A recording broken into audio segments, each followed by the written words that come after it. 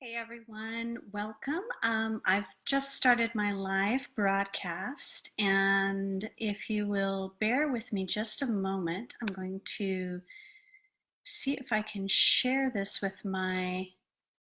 Oh, I don't know that I can. I was going to try to share it with my page. Um, nope, it's not going to let me do that. Let's see. I thought I had this all figured out. Um, our best intentions, right? Okay. Well, we'll do it from the business page and I'll share it later. So, welcome everybody. If you are joining me live or you're joining me later to watch the replay, I just want to welcome you to the conversation. Today, I wanted to have a feel of a conversation.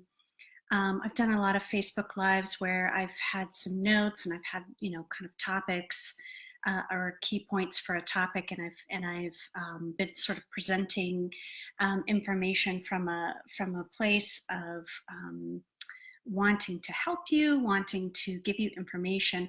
This one's going to be a little bit more like a conversation because it's an area that I'm exploring. It's an area that I have been exploring for a long time in my body and my emotions, with my clients, with my students. But I'm just now starting to talk about, and I'm just now starting to write about in a more public sort of setting. So I wanted to open up the conversation to you. And the topic is about self-sacrifice. It's specifically this mythology of self-sacrifice that we've been sort of raised on. So let me back up just a little bit because I want to start out with a little story. And the story is really about something very simple, and that is my walk today. It's a beautiful spring day here in the hill country of Texas, and the wildflowers are out, and I just adore wildflowers. I love the colors. When I see the colors and I'm around them, they just fill me up with such joy and the beauty that the wildflowers bring. Like I feel it on an energetic level, and the green around them as well. It's a vibration that I can actually feel, and I love being outside at this time of year. So I went on a walk, and I didn't go on a walk for the purpose of counting steps or of going a particular distance or going at a particular pace. I went on a walk to enjoy nature, to be connected with nature, to pause in the middle of my day and, hey, Isabel, welcome, to pause in the middle of my day and really soak it all in, that nothingness. You know what I mean? When you go on a walk and you, for the sole purpose of just being connected to yourself and being connected to nature.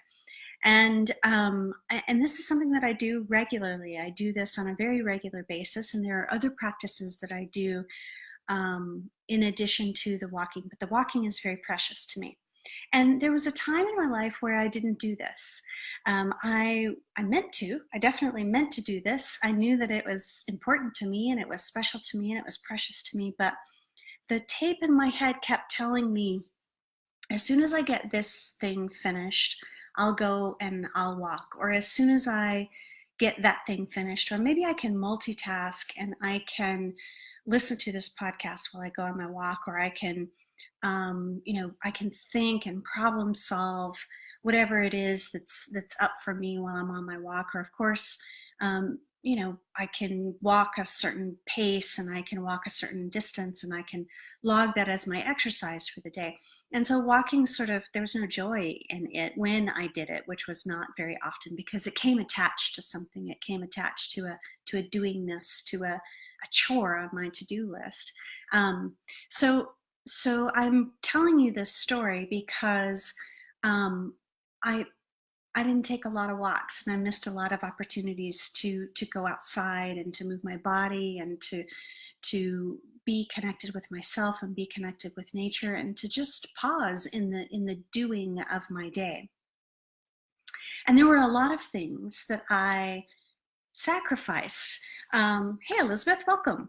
There were a lot of things that I ended up sacrificing at that particular time because I felt like I had to in order to build my business. And that's a lot, you could fill in the blank right there. I sacrifice myself in order to build my marriage, sacrifice myself in order to take care of my daughter, sacrifice myself in order to build my business. And if any of this is resonating with you, like I said, I really would love for this to be a conversation. Isabel, you were on here for a moment. Elizabeth, you're on here, you're watching. I know that there's going to be many people watching the replay that are going to have beautiful stories to share as well, and wisdom and insight. And so I really would love to hear from you about this mythology of self-sacrifice.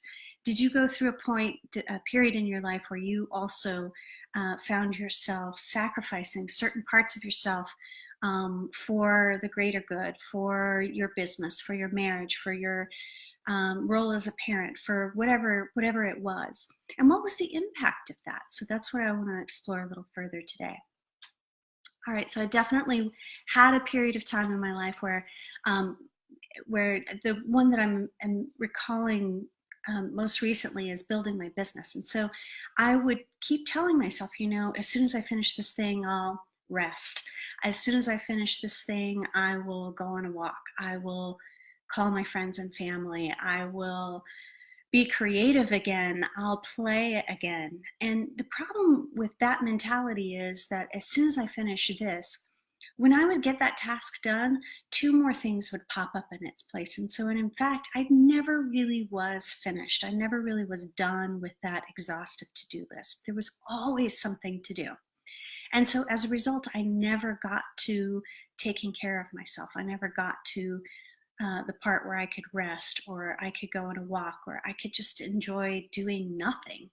And so there was a lot of things that got pushed back on the back burner: my creativity, my sense of fun and play, my connections with my friends. The list goes on, right? And if you think about your own list, I wonder what goes on your list. We're going to talk about that list in just a minute. So let me just back up, and for those of you who are watching this who don't know me or don't know me well, I'm Julie Balderrama, and I am a holistic life coach and a mind-body practitioner, teacher, and trainer. The specific practices that I work with mind-body are Qigong and meditation, and there are some other coaching techniques that are thrown in the mix as well, but one of my go-to practices is definitely Qigong. And my mission really is, I really want to revolutionize how we approach work, essentially, in this world. And work can be anything. It can be how you parent. It can be the career that you have. It can be the passion that you have, or the mission that you have to change the world or make a big impact in the world, or to make a difference, whatever work means to you. And it can be all of those things and multiple things too. But I want to revolutionize how we approach this idea of work in the world, because I think that I know that there's a better way, because I've definitely been exploring it for myself, for my clients, for my students. And I want to challenge this idea that we have to sacrifice ourselves in order to get what we want, in order to make a big difference in the world, in order to be great or noble, or whatever it is that goes, fill in the blank of how that particular variation of that myth plays out for you. So that's who I am. That's what my mission is in the world. And this is what I'm exploring and opening up for conversation. And I think it's going to be, it's not going to just be today that we end up having this conversation. I hope to just engage with my community, engage with you on Facebook about this particular conversation, because I think it ripples out. I think it has a lot of implications. So that's who I am. That's what I do. And I'm going to be a little transparent, pretty transparent. I usually am transparent and vulnerable with you, and let you know that because this conversation is just starting for me, I'm not entirely sure where it's going to go. And I'm a little nervous about that. Usually when I get on my Facebook Lives, I know exactly what I'm going to say, and I know the points I'm going to make, and I know what I'm going to, I know how I'm going to work my magic and turn things around and go and turn them upside down and inspire you. And I don't really know where this is going to go. I have a few notes, but I'm exploring this, and so I don't quite know where this is going to go. And so I hope you'll engage with me. I hope you'll jump in with me, and you'll drive the conversation too. You'll be part of this exploration and turning this myth upside down. The thing about myths and beliefs and things that are in our subconscious is that in order to liberate ourselves from them, um, in order to turn them upside down or inside out, we've got to do a lot of unpacking, because it's kind of like you don't really know what you believe until you start, or what's the opposite of that belief if it's not working for you, until you start doing a little bit of unpacking. Elizabeth, you've commented, thank you so much for joining the conversation. I really, really appreciate it. Yeah, just within the last years, I think there's a shift. Don't you feel that there's a lot of us that are going, you know what, that's not sustainable, that's not going to work. And like I said, I think this is going to reverberate out, and it's going to have larger implications, this particular conversation, to our work, to the way we treat the earth, to the way we treat each other. Yeah, the price to yourself and others was high, absolutely. You thought you were sacrificing for others with the highest good. Absolutely. But it made you less effective. Oh, I'm so glad you said that, because I want to talk about that too. Yeah, I love that. Yeah. Oh gosh, I want you to be a part of this conversation, Elizabeth. Thank you so much for joining and for adding that part of the conversation. Yeah, and I saw a bunch of hearts there too. So I'm thinking that you also are feeling this shift. You've probably got some people around you that are also saying there has got to be a better way. This is not sustainable. No one's happy doing this. That's sort of part of the myth, right? Like, if I do this, it will pay off in the end. And the implication with that payoff, I think, is happiness. I don't really think that we believe that the payoff is wealth necessarily, or even is change in our society. Like, I think if we dig into that a little bit more, the payoff, we hope is actually happiness. And then when we get into this place where we're doing so much self-sacrifice that it really is not sustainable anymore, and we can feel, like you said, the decay of your soul, really, not to mention probably your body, of your relationships, of your emotional health, your mental health, your spiritual health. It dawns on you that it's not worth it, that there's not happiness at the end of it. And what if we approached it differently anyway, and the journey was what was the whole point of it, right? Like, if the journey isn't pleasurable, if the journey isn't sustainable, then what makes us think that the end of it is going to be worth it, or is even going to pay off at the end? Okay, so the myth that we're working with is that you have to work hard and sacrifice to get what you want, or to get ahead, or to make a difference, or to be great, right? If we sacrifice ourselves for the good, the greater good, for others in our life, then we're noble and we're good. And so my question is, let's start here. What? Sacrifice what, right? Because there's just sort of an assumption of what that is. So sacrifice what? And usually it is, we're going to sacrifice our rest, we're going to sacrifice our health, our self-care, our creativity, our play, our fun, our leisure, space and time for all of that.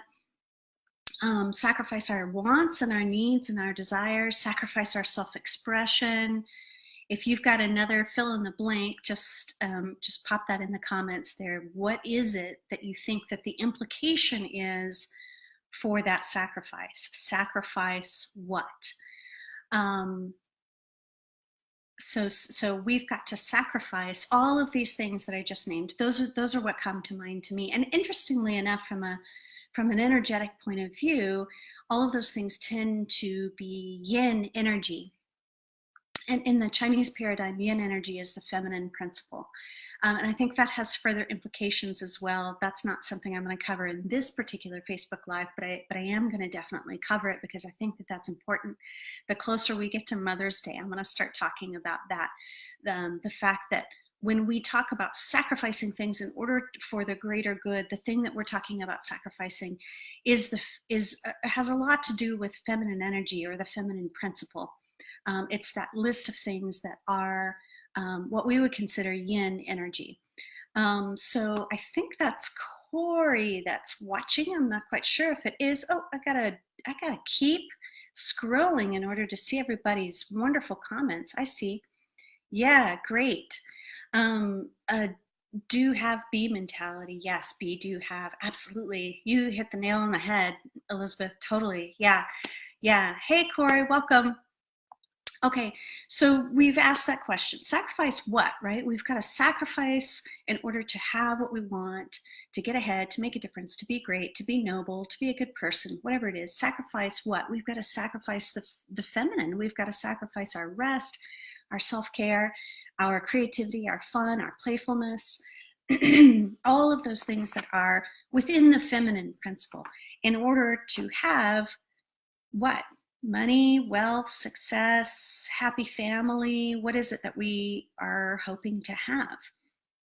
I'm just going to check my notes because some of the things that I wanted to say today, like I said, I'm not quite sure where this is going, but I do have a few notes because there are a couple of points that I wanted to make or wanted to bring up for discussion. And so while I'm looking at my notes, if you want to talk to me about what version of that myth you've been working with, Corey, of sacrifice, and what are the impacts? So Elizabeth, you touched on a little bit of what's been the impact in your life. For a lot of us, the impact is that our health suffers, right? I work with clients who are in pain. And so that might be chronic headaches and migraines, that might be fibromyalgia, that might be just sort of body pain, back pain, joint pain. It might be emotional pain. But most of my clients are in pain of some kind. And that I find very often is, almost exclusively is due to some kind of idea that they are going to sacrifice something, some area of their life in order to fill in the blank, right? In order to take care of my family, in order to get ahead at work, in order to make a big difference, to do my work in the world, to do what I've been called here to do, right? So what have you found to be the biggest impact in your life? Like, what is the thing that clued you in that this is not a sustainable way to move through the world? This is not a sustainable way to reach your goals, or to do your work in the world, or to do the things in the world that are important to you, that are valuable to you. I'd love to know. If you'll leave a comment in the comments, that'd be great. And I got to remember to keep scrolling. Yes, here we go. Health is a huge one. Yes, emotional exhaustion, totally sacrificed your body, Corey. Absolutely right. Yeah. Yeah, and our connection to source. That's so important, Elizabeth, and I think that's something that I'm going to jump off on too. That's another one I think that is going to be like a whole other separate Facebook Live, because we do disconnect from I think when we disconnect from our source, we disconnect from our intuition, and we end up just going on these sort of wild goose chases, and we have all this leaky energy because we're chasing something without being really connected to our intuition. So I'm going to explore that a lot further too. I'd love to hear from you what you feel about that. Your joy. Yeah, absolutely. Stephen's joined us. Welcome, Stephen. Thanks for joining. I'd love for you to be part of the conversation as well, Stephen. We're talking about this myth that you've got to work hard and sacrifice to get what you want, to get ahead, to make a difference, to be great, for your kids to be well balanced and healthy, whatever it is, fill in the blank. And so, the first question that comes up is like, what do we have to sacrifice in order to make this happen? And for many of us, it's things that are around the feminine principle. So it's rest, it's creativity, it's play, needs and desires, self-expression. How many of you have sacrificed self-expression? How many of you have thought to yourself, I've got to bite my tongue, I can't say what I think, I can't have my opinions, because if I do, I won't get ahead, I will rock the boat, I will someone won't like me, I won't fit in, I won't belong, they won't get me, right? Yeah, that's what I'm talking about. Yeah, so much self-expression as well gets sacrificed as well. We believe that we've got to bite our tongue in order to, put our head down and get through it, get through whatever it is that we have to do. Yeah. So we're working with some pretty deep stuff right here, a pretty deeply rooted mythology around sacrifice. And then the impacts, of course, what's interesting is that a lot of times when I do work with clients around their pain, self-expression is one of the first things to come up. Self-expression, we talk all the time about, well, I just bite my tongue, or I just keep it to myself, or I just let it go. And of course there's a healthy way for self-expression. There are harmful ways to self-express, harmful to yourself and harmful to others in your relationships. And then there are healthy ways to self-express as well. And there are tools that you can learn for being able to do that. But not expressing yourself is not the antidote to that, I don't believe. I think that it causes more problems. Time and enjoyment, major pain and health issues, Corey says. Yeah, don't rock the boat. Yeah, exactly.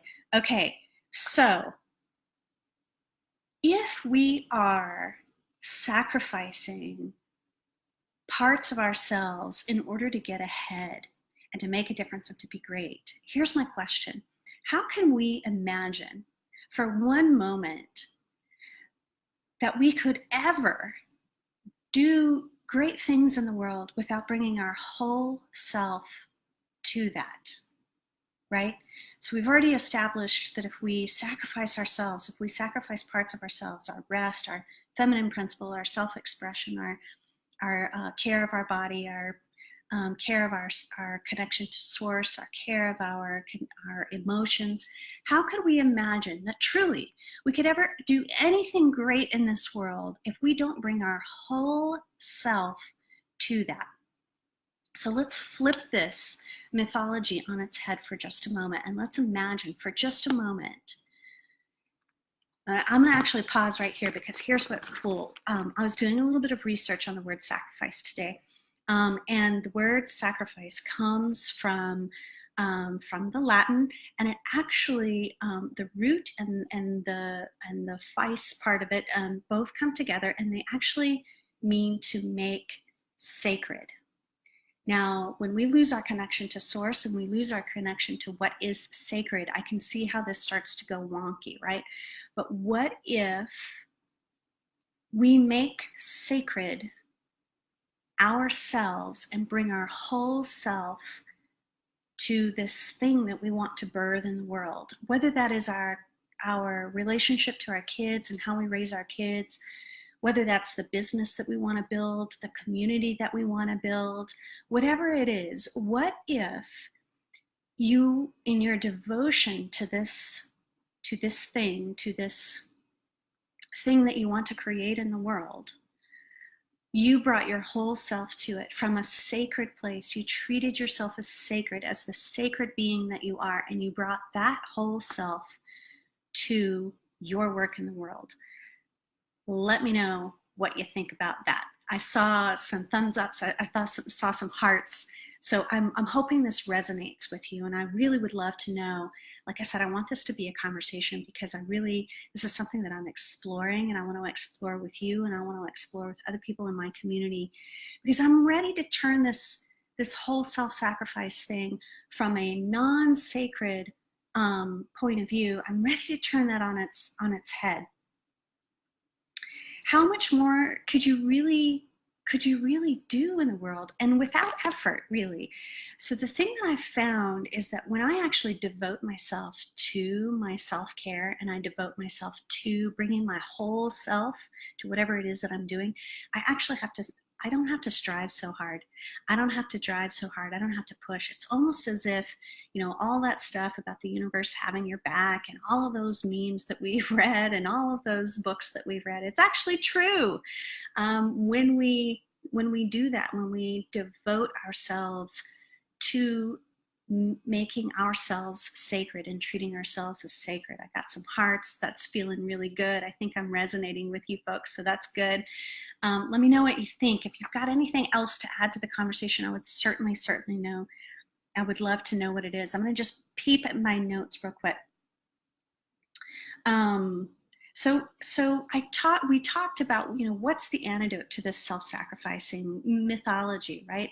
And I think it is making the self sacred, and we could call that self-care if we want to shorthand that. I think that's what that is self-care, because obviously you can do whatever it is that you're going to do in the world. You can do it from an attitude of love, or you can do it from an attitude of unworthiness, right? So we can definitely do our self-care from a place of, I'm not enough, I need to fix myself, I'm broken. I've been there, I've done that. Or we can take care of ourselves from a place of worthiness, of devotion, of I am a sacred being and I am devoted to taking care of my sacred self, right? How does that flip things? And then how do you begin to show up in your relationships, in your work, in your community? Angelina, welcome. I'm so glad you've joined us. Yay, thank you, Elizabeth. Thanks for being on with us. Angelina, we've been talking about self-sacrifice, and we've been talking about this mythology of sacrifice, and kind of working to turn it on its head. This is a conversation that I want to start with people exactly like you, exactly like Elizabeth, exactly like Corey, because I think that all of you have got to that point where you're like, this isn't sustainable, this isn't working, there's got to be a better way.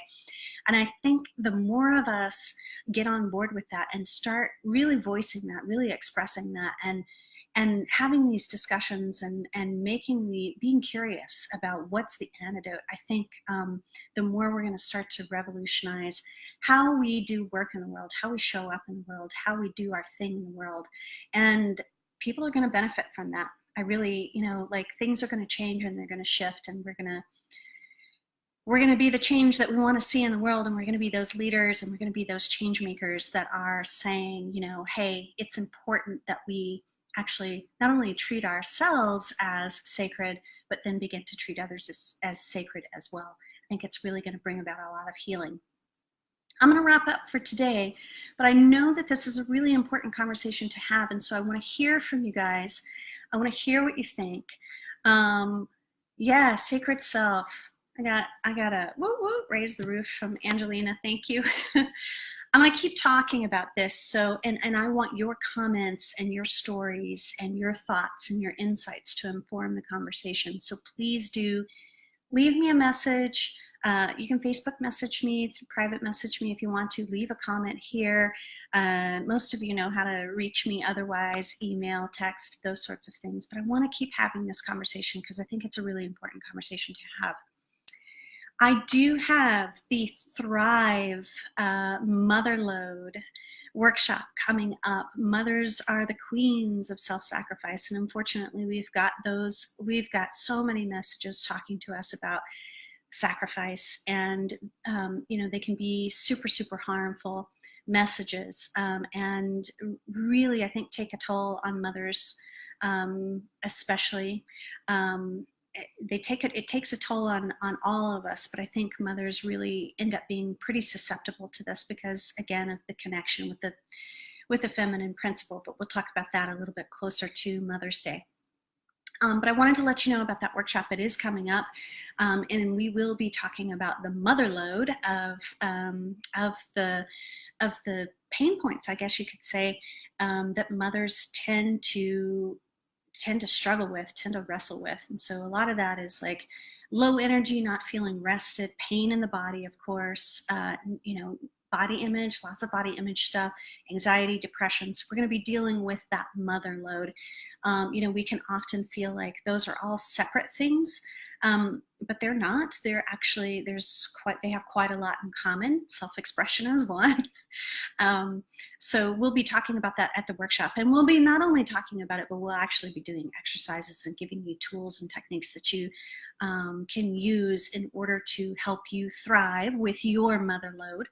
I'm going to be there with Michelle Wendt. She's a local acupuncturist here in Dripping Springs, and she's going to be giving you some some tools and some insight from a Chinese medical perspective, from an acupuncturist and herbalist perspective, as well as, you know, she's been trained in Western medical paradigm as well. So she'll be able to talk from that point of view, and I'll be talking from the coaching point of view.